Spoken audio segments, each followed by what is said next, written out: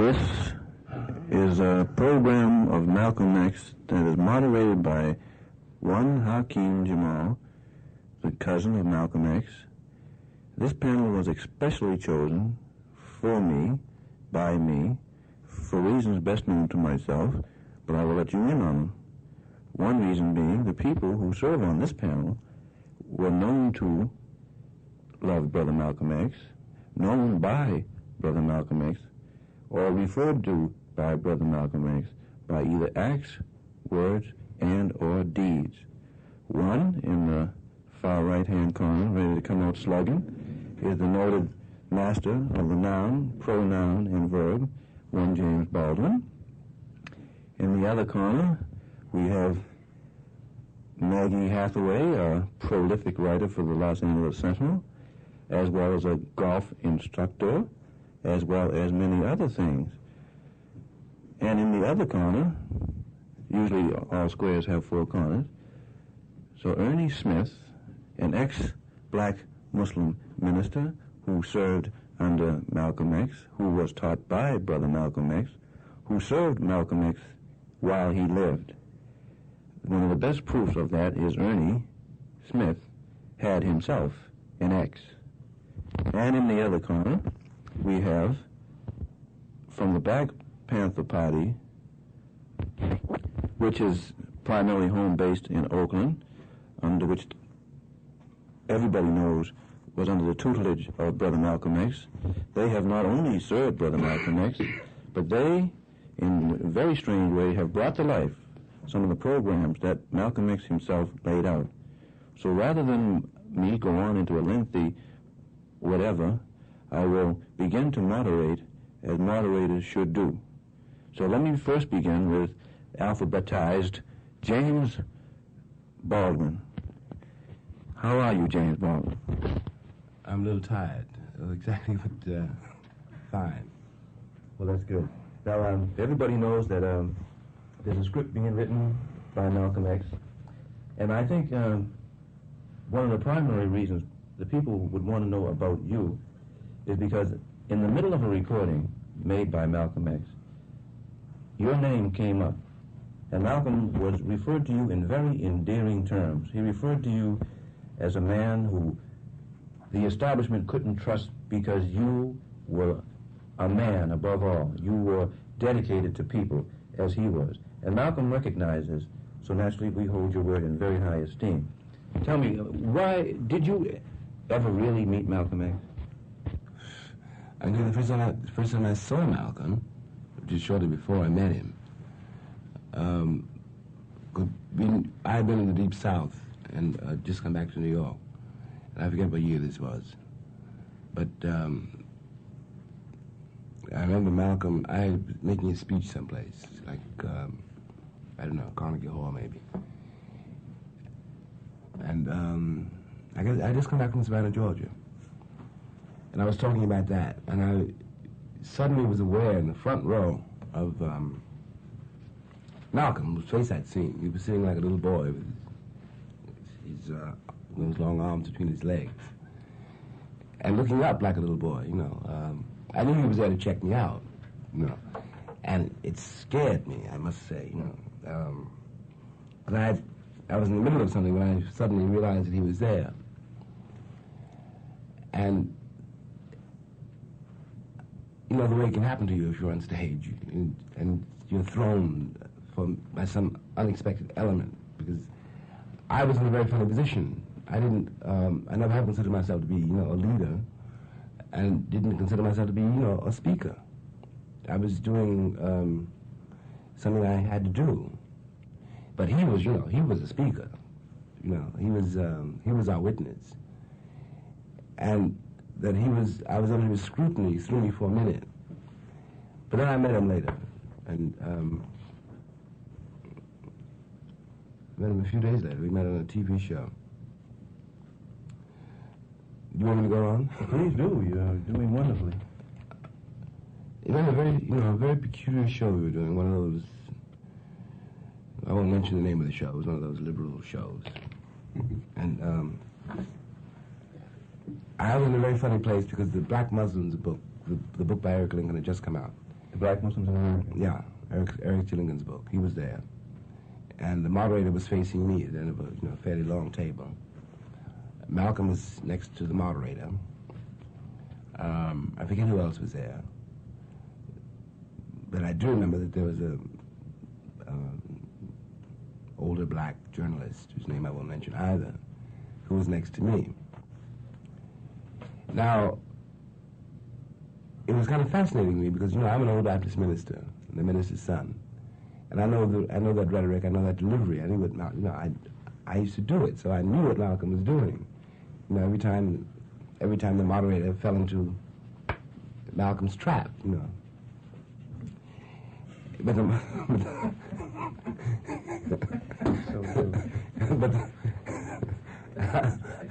it's true. I'm laughing because it's true. Go ahead.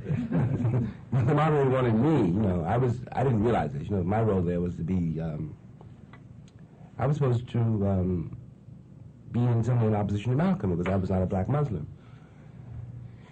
But what Malcolm was saying was true, and there was nothing I could say. I was not about, to pretend that what Malcolm was saying was,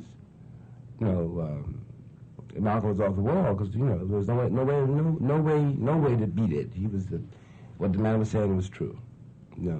Okay. Now I'm supposed to take a legal position, like what about the tribes, the NAACP in Mississippi? I had to take a position of there. You can't discuss, that because there was no legal system in Mississippi.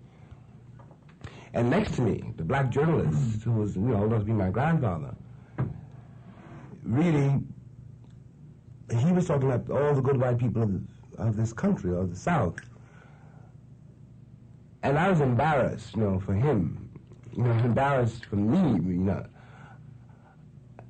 And I ended up, I know I ended up sounding exactly like Malcolm. Because I couldn't agree with the moderator, obviously, and I certainly couldn't agree with, this other cat. And all I could say was, you're not answering Malcolm's questions. Yeah, They're very real questions. Yeah. And that was when Malcolm said to me, we'll soon be addressing you as Mr. James X.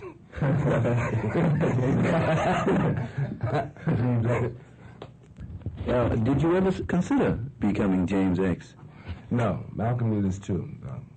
As I said before, I was in a very funny position. I still am. I'm a writer. I'm not... I'm a writer who's part of a revolution, it's true. I'm not... I have another obligation, I have another responsibility. To argue with you, for example. To argue with Malcolm, as I did.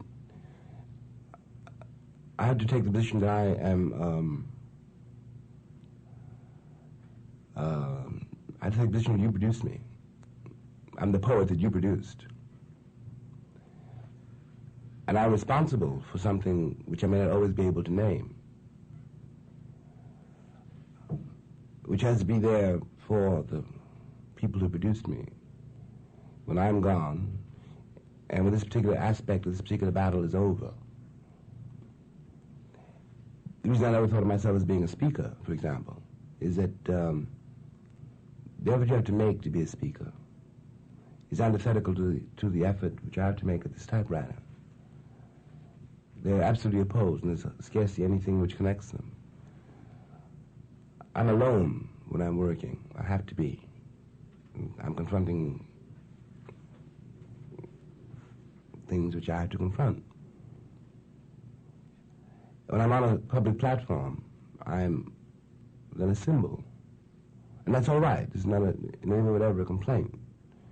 But I have to be aware that my major role is what I do by myself in the dark. For all of us, I hope. And not what I do, on stage or on television, in the light. I'm trying to clarify something to me, to you, and to this very dim republic. Those are good answers to not as good a question, I think. And I have to have this time to say thanks, Jim. The only other thing that I wanted to ask you primarily is about Malcolm's birthday. Now, as you know, in California, Chicago, New York, and in fact, I heard in Ethiopia, they're having very large celebrations for Malcolm's birthday. Now, You being a Baptist minister, you can understand my next question. I was a Baptist minister. Well, you know, was and is, we'll never know till the total man is gone. I want to know is, do you think it would be wise for us, as from the Malcolm X Foundation point of view, do you think it would be wise for us to continue to celebrate his birth or the day of his assassination? I mean, do you think it's wise to celebrate his assassination as we're going to celebrate his birth? I mean, as a celebration, which would you... I opt for the birthday. The day of the... If we're going to begin to celebrate the days of our assassinations, my dear, the year is not long enough. Let's celebrate the day of his birth. That means more, you know. Children are always being born. You know, the day of Malcolm's birth was a great day for all of us. The day of his death we all saw coming. You know, it isn't over yet. Do you know? I'm afraid I do, and it was very well put. And I can't think of a better man to say it. You said it very well. There was one other thing I'm trying to... You know, one of the reasons that I would think that many white people in this country are frightened of that birthday, which is why I opt for it, is precisely because people like Cassius Clay, for example, Muhammad Ali Cassius Clay,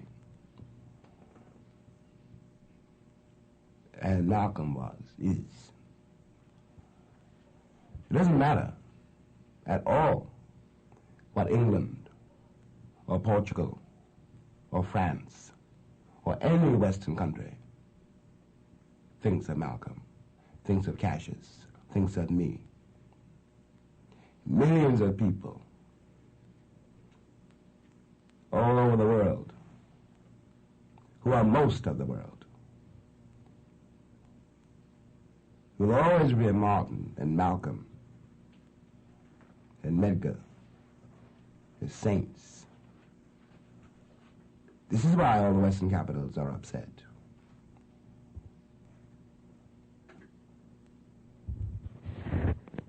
I want to ask you, Jimmy, here's what it is. Malcolm X in his recording said, they replaced your speech and let somebody else read your speech, primarily because he said there was no telling what Baldwin would say, meaning you were honest, and you would have said what it said. Now, on what did Malcolm X base this? Did he base this on what he had heard you say, or on what he had read? This is what I was going to ask you. Well, this time Malcolm and I, knew each other, we had a funny relationship in a way, because he was very shy and very busy, and I'm very shy. I was very busy, but we understood each other very well, and we knew what had to be done. We both knew that, the way he was doing it was one way, and I was trying to do it another way. But we worked as brothers. We worked as allies, and he was talking about the March in Washington. When I was in Paris, and I led the March in Washington in Paris, because I was asked to do that by, the brothers in Paris. And I did that, and a whole lot of cats, black and white, signed an enormous scroll, about 2,000 signatures, I forget. And I carried it from Paris to Washington with it. Now, when I got to Washington, what had happened was that John Lewis, who was then, the executive secretary of SNCC, Yeah. was having trouble with the Archbishop of Boston. Dick Cushion. Yeah, as you call him, Dick. Well, Richard. Because they wanted to censor John's speech. And John was fighting for his speech. Well, I just intended to make a presentation, of the scroll. It hadn't occurred to me that I wouldn't. But neither had occurred to me, there'd be a question, there would be a question about it. So that when I realized what the scene was, that John, and where John, was up against the Archbishop, who had, after all, only lately arrived, and I didn't want to get involved in all that kind of ego, Mania? Mania, yeah. And at least John was going to be able to deliver most of his speech. So that, okay, that's what happened. Well, I can accept that. And I thank you, Mr. James Baldwin, for your face-to-face interpretation of Malcolm X, and a man who certainly should know what Brother Malcolm was like, because, after all, Brother Malcolm did revere you and had mentioned your name, as I know so many others wish that he had mentioned theirs. And now, we go to the tender touch of Maggie Hathaway, another person who served Malcolm quite well, quite eagerly, and quite vociferously, if you will. And let's find out from the courtroom where the trial of the black Muslims took place to the quiet, sloping Hollywood hillside where Malcolm spent many a night discussing with Maggie Hathaway, who was the Hollywood chairman of the Malcolm X Foundation. Maggie? Hi. How are you? Fine. Very good. Do you want to say something? Oh, yes, I want to say a lot of things. I, too, loved Malcolm. I walked, talked, and debated with him. I was fortunate enough to have spent 9 months with Malcolm. It happened because no other reporter would accept an assignment. I was asked to report the Muslim versus police brutality trial. Remember that? Quite well. You remember that?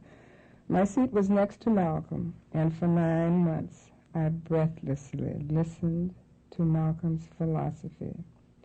During the trial, he requested through his attorneys that I sit in the courtroom press box, and was I thrilled. It all happened when Malcolm really wanted his tape recorder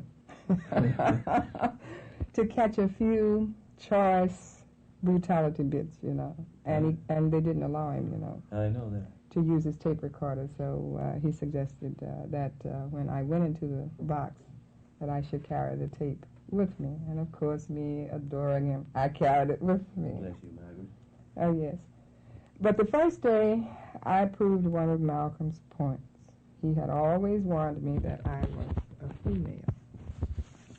I broke down into tears as I listened to a paralyzed brother, a bullet in his spine, testifying how he and his brother were shot and lying on the ground. The brother was dying and asked his paralyzed brother to hold his hand.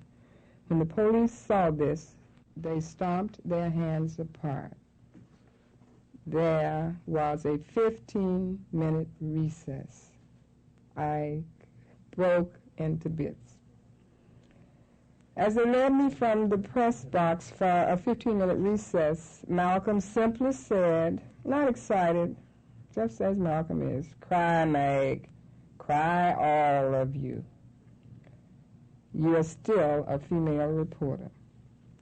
But if you love your people, go to your paper and write it so the world can come and cry with us." I shan't ever forget that statement. It's a beautiful statement. Wasn't it, though? It was really through a challenge that I became the founder and first president of the Beverly Hills Hollywood NAACP. In Beverly Hills? Yes. That's strange for the NAACP. But go ahead. No, I mean, Well, it was through a challenge that Malcolm said about the best thing we could do is make money, and that's exactly what we did.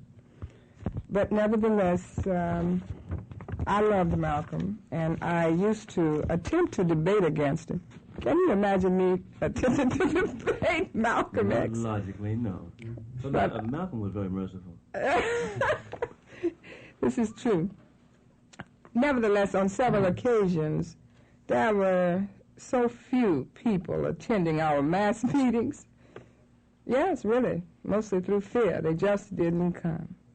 Until, I guess, through desperation, Malcolm allowed me to speak. I think I remember seeing you taping many of the speeches. Yes, I taped many of them. Malcolm one day said, "Meg, did you ever think that you would live to see the day that black people would be afraid of black people?" I could go on and on and on. I'm sure you could. Yes, but I am very fortunate to say that I was one of Malcolm's friends. When he lived, I walked and I worked and I attempted to help in my little meager way, let's say. Anything else you want to know? No, not really, Meg. That's nice to hear a black woman, eulogize a black man, because there's so few black men that time can record, unfortunately.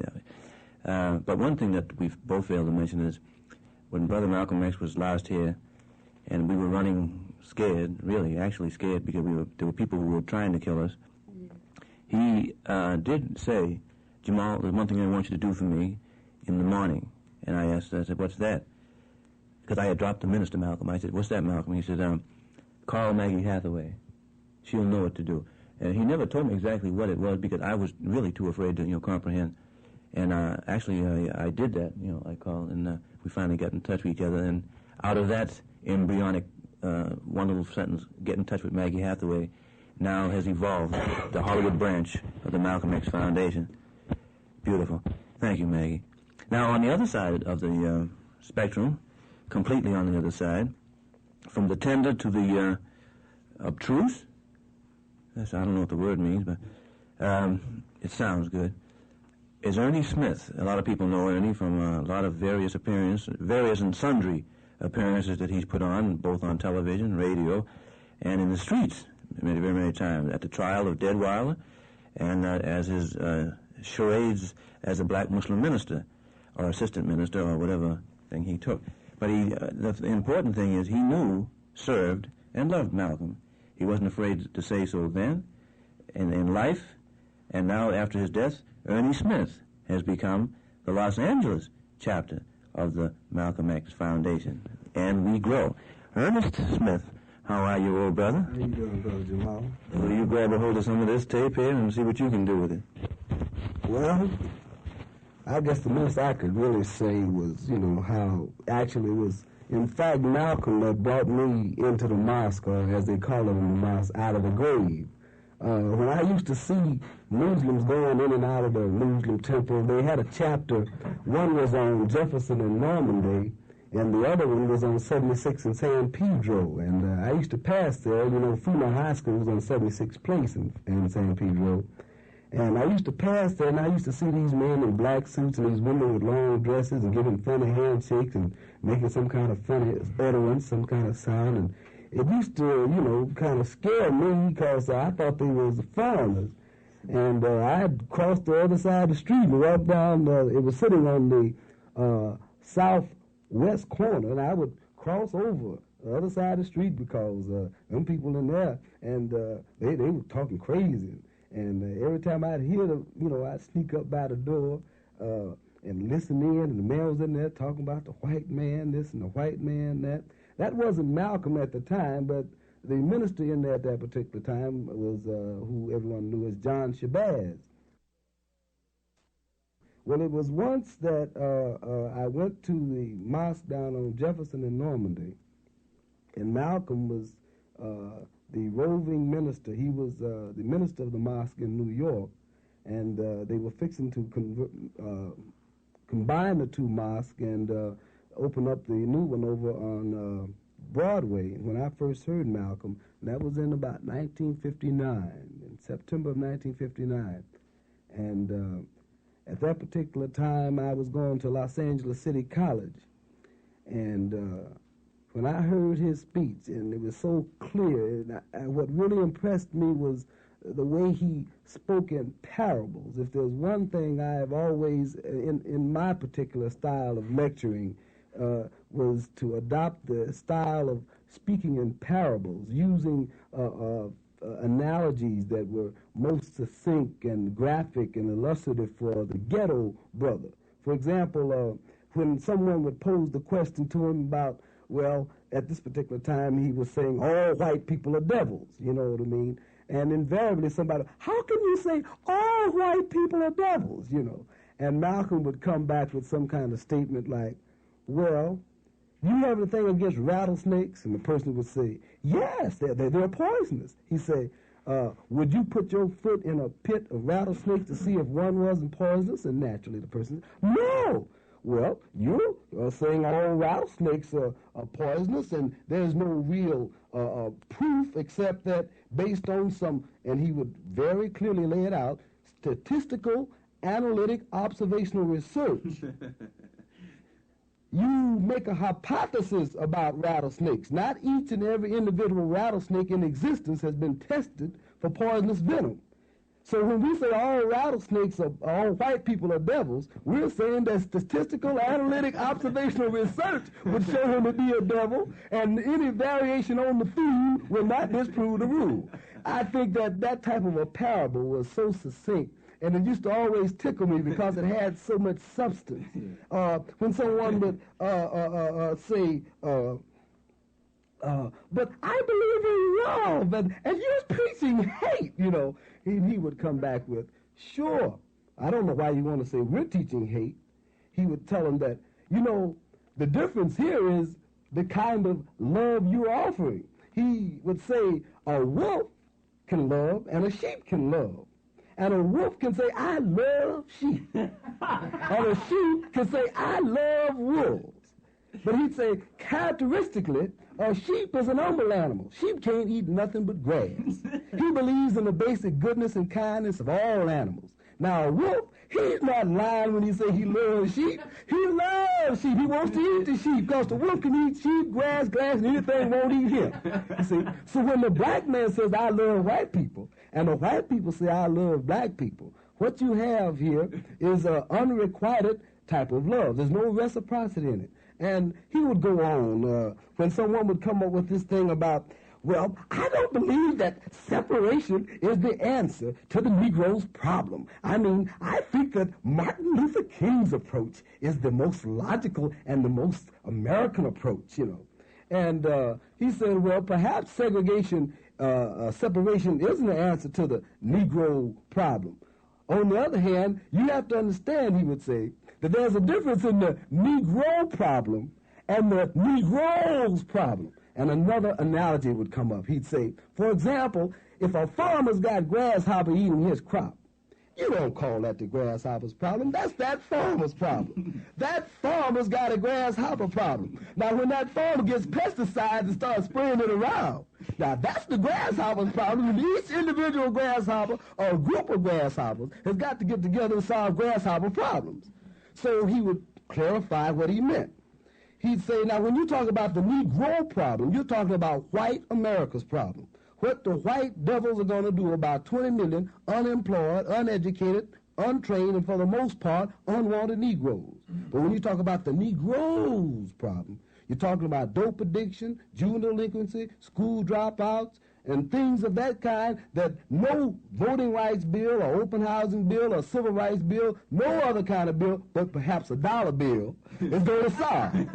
And he had a way of speaking very earthy to the black man. And this was what impressed the brothers who would call the do-rag brothers. And I saw myself in 1965 what Malcolm meant when he was talking about the brothers in the streets, you know, because during 1965 Watts Rebellion, most of your cats who were black masters were hiding under the beds. And who was out there really getting it on with Chuck? Them brothers with do-rags on their head, breaking in stores and tearing this man's town up. And this is one of the things that Malcolm knew. He knew that when the chips were down, all these brothers that were talking a good game didn't have nothing but a lot of lip going. And I think that it was that, because I was a gunsler and a Rudy-Poo, riding around in a low-down car, trying to keep everybody's daughter in town knocked up, them that I didn't knock up, you understand me, or them that I wouldn't claim. And he really woke me up to how I was in a really self-perpetuating cycle. You know, I was complaining about certain things, not realizing that the very thing I was complaining about, I was perhaps 80% a contributor to it as an individual. And, you know, and when someone would tell him, well, the Negroes have made a lot of progress. How can you say that the Negroes should be separated? He would make an analogy like, if an automobile is traveling down a highway 75 miles an hour, and the back tires are revolving 75, and the front tires are revolving 75, you can't tell me that when that car goes 3 or 4 miles, the back tires been caught up with the front. You see? When somebody would ask him about violence, well, violence isn't going to get the Negroes anywhere. I don't believe in violence. He said, what do you mean you don't believe in violence? He says that if a man has a rope around your neck and he's dragging you down the street and you struggling violently to get away from this rope, who's being violent? He says that it's an animal's natural right to resist oppression and genocide. He says that any Negro that doesn't resist violence is insane. You see, and he was so earthy, and I think that that is the one thing that I will always cherish about him. His down-to-earth, nitty-gritty approach to the black man's problem. He didn't come with great big multisyllabic words and great big categorical syllogisms. This is all the stuff that I've learned in college. Formal debate, structure your arguments, premise one and support it with premise B and all that. Malcolm had it, and the truth was like a two-edged sword. I would see him take professors of philosophy who were going to try to trick him up on campus, because he came to a number of colleges because I was in the mosque, and I arranged most of his appearances when he was in the Southern California area because I was, involved in student activities at Metropolitan and at City College, and in most colleges that I go to, I always participate in student convocations, so because I know that it is there that most black bourgeois students, that's the only time they'd be willing, and some professor would have to force them to come and get a little light. And so I really followed and collected a lot of Malcolm's speeches, and most people who hear me know that a lot of my style, and I'm proud that I use the style, and if ever they accuse me of using the style, you understand, I didn't have no style before he came along, so it don't matter to me them accusing me of speaking, trying to style like Malcolm, because I worship the man and will worship him to my dying day. And I am really glad and honored to have this opportunity to speak like this, and I will be at this tape will probably have played by the time that the rally goes off at South Park, but if it's going on today, Sunday, we will have a commemoration for Malcolm at Pasla out on 85th and it's 87th and Vermont Avenue, and we welcome all the black brothers and sisters. And are we lying the beast at this one? Yeah. Well, we welcome all of y'all pure and hard white people. One thing that Malcolm kind of conveyed to me when he returned from Africa was that as a black nationalist, even though I was out of the mosque and had kind of transcended a lot of my vehemence against white people, I was still apprehensive about making any real friendships. And the one thing he kind of impressed me with was the total reactionary brand of black that would totally impede my own progress, just thinking negative in and of itself, and really feeling that a white skin is incarnate evil. I think that he had kind of, he impressed me as having transcended much of that. And I don't know to what degree he thought it was a consistent national, as a nationalist, to fraternize, and I still haven't been able to rationalize too much of that in my mind. So in that particular sense, I'm still in a quandary about what degree of fraternization he would have allowed. But I do believe he has, and I have, transcended a lot of that reactionary nationalism I was in, believing that a white skin is incarnate evil or that a black skin is a badge of fidelity. The one contradiction of that is that it was black skins that got the dogs into the hotel who committed the crime.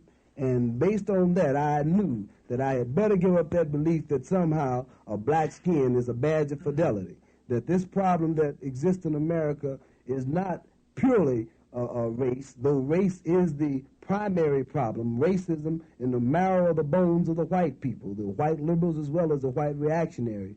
But there are many, many white people who are being exploited by the same system, who can be very primary or what you would call secondary allies in times of crisis. Because I saw a lot of black National Guardmen ready to blow me away in 1965 for old Papa Charlie. So to that, and as I say, I want to welcome all the brothers and sisters out tonight and all the white people that are really conscientiously concerned with the plight of the black people who are desirous of advancing the philosophy and the program that's laid down by Malcolm. And you will hear a lot of speeches and speakers who knew what Malcolm was about. Brother Malcolm's wife will be there to lay out the program. And that is the program and the only program that Malcolm endorsed. So if anybody else tell you at any other meeting you might go to that tell you they commemorating Malcolm, you understand me, the only program Malcolm had to be the program given to him by the most beautiful woman in the world, the woman that made him what he is. So I want to welcome y'all on out, and thank you, Brother Jamal. I thank you, Ernie. That was not only informative, but also enjoyable and relaxing, because it seemed like, as the Christians believe in resurrection, in some way you made Malcolm live again by recounting these things. And I'm certain that you'll do well with your own chapter of the Malcolm X Foundation.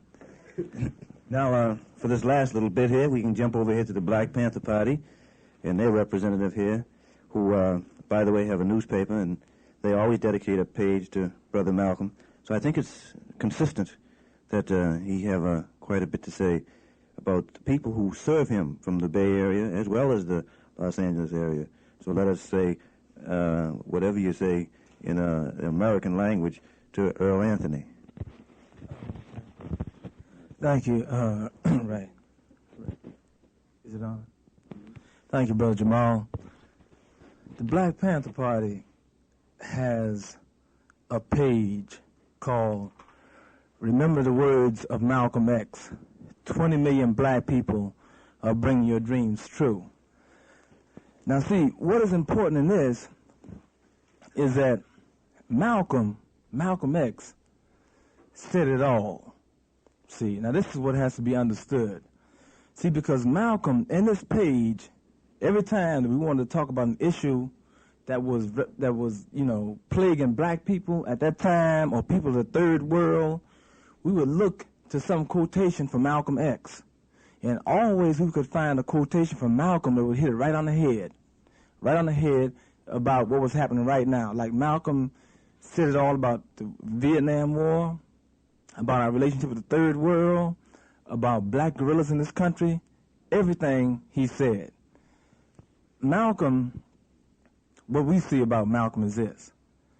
Now, we can eulogize Malcolm, and we can talk about Malcolm, and I would think Malcolm would say in himself that the best way that we can really eulogize Malcolm is to carry on his works. See, we have to move to another stage. Because if Malcolm was here today, I'm sure that what he would say is that he taught us. He laid down the word, like Malcolm said it all. See, but the next stage of any kind of revolution, any kind of change in any country is to move to another stage by putting the words into action. And this is what Malcolm gave the words. See, the organizations that are coming behind Malcolm now are trying to put Malcolm's words into action. I'll give you an example of this.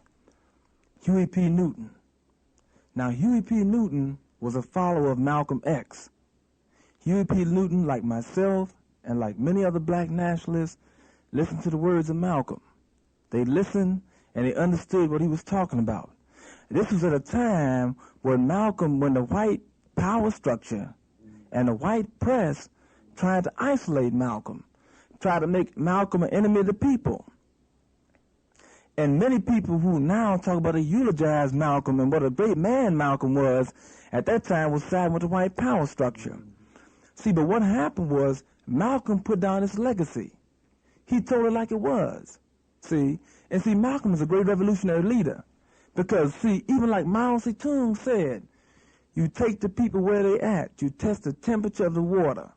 Malcolm at that time had to educate black people. They killed Malcolm for saying things. Can you dig that? They killed Malcolm for talking. Huey Newton put Malcolm's words into action. They're trying to kill Huey Newton for action. See, that's a higher stage of the struggle. Malcolm went to Asia, went to Africa, and talked to the African leaders. He talked about third world coalitions. He talked about making the struggle with the Afro-American nation in tune to the struggle with the Asian nations and the African nations. Now, Stokely Carmichael went to Africa and went to Asia. He followed the same route that Malcolm did. Stokely Carmichael didn't get killed for doing the same things that Malcolm did. And we have to understand why. The reason why is because Malcolm has set the political climate in this country, worldwide. They could move on Malcolm because the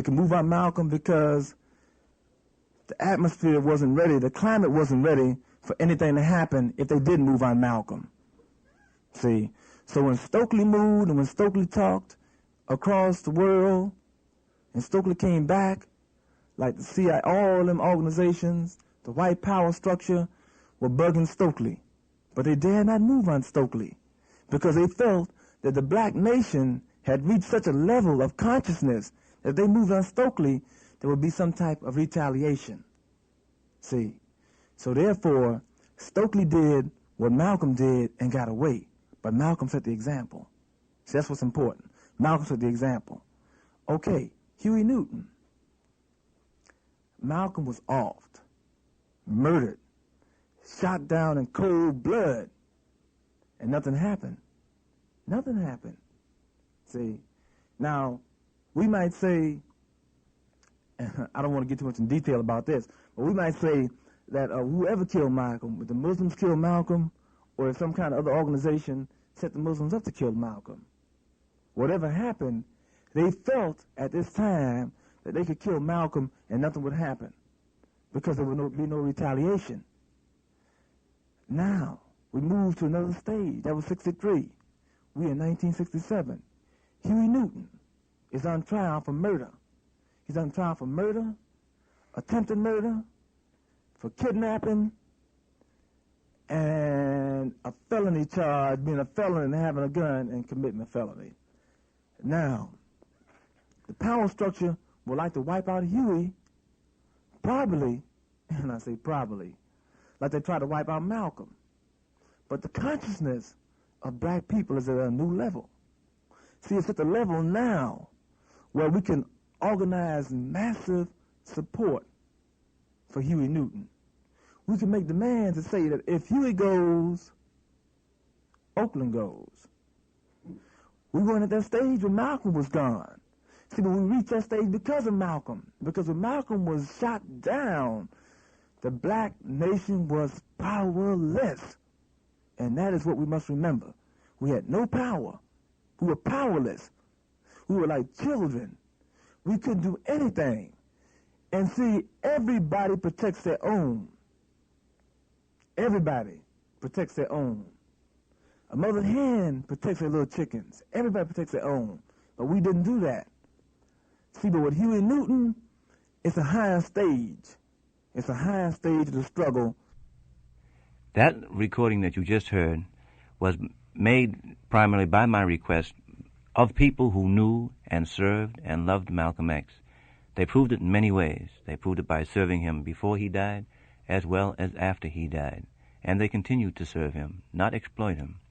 There are many people in California, throughout the world, who claim that they knew, they loved, and they served Brother Malcolm X. I judge this myself by the deeds that they continue to do in Malcolm's name, such as the Black Panthers, such as the Malcolm X Foundation and the Malcolm X Society throughout the world. I think that in death, Malcolm X's shadow grows so much longer that it's astronomical, that black people today have taken on the look of Malcolm X. They grow beards. They do many things like Malcolm X. They talk like Malcolm. They look like Malcolm. They dress like Malcolm. But one thing different between us and the Malcolm X Foundation is that we still serve him. We support his wife and children. The others have forgotten to do that. I think that you'll find PhDs and doctors and lawyers who now debate Malcolm X and what he stood for. But Malcolm X never at any time served these people as he served the brother in the street with needles in their arm. It's important that you remember that. Malcolm was for the people. He was never a lettered man, a tutored man. He learned everything he learned by going out and doing it. He served his own time in jail. He relates his own time in jail. He himself was a dope addict. He sold dope. He was a pimp. There were many things that were made up the life of Malcolm X, and the people that you just heard knew him and served him. I was his cousin. I still am his cousin. I still follow the words of his teachings. We have set up the Malcolm X Foundation at 430 East Compton Boulevard in Compton. We are always free to drop in and talk with us and exchange with us. There are a lot of things that we do, and everything we do is approved by his wife, first of all and lastly. And I think this is the most important facet. The fact his wife is in town today, Sunday, May 19th, the birthday of Malcolm X, to celebrate with us. Many groups have sent for her, but only us did she come to. This is very important. Come up and see her if you want to. Ask her a question and learn how to write to her, ask her questions, and find out. Sitting here with me are two brothers from the Malcolm X Foundation, brother Popsy and Brother William. And us three together will, I think, say happy birthday to Malcolm X in the way that it should be done, that we like to say it. It's just from Hakeem Jamal to Malcolm X, no matter where you are, happy birthday. Happy birthday, Brother Malcolm X. Brother Malcolm, happy birthday.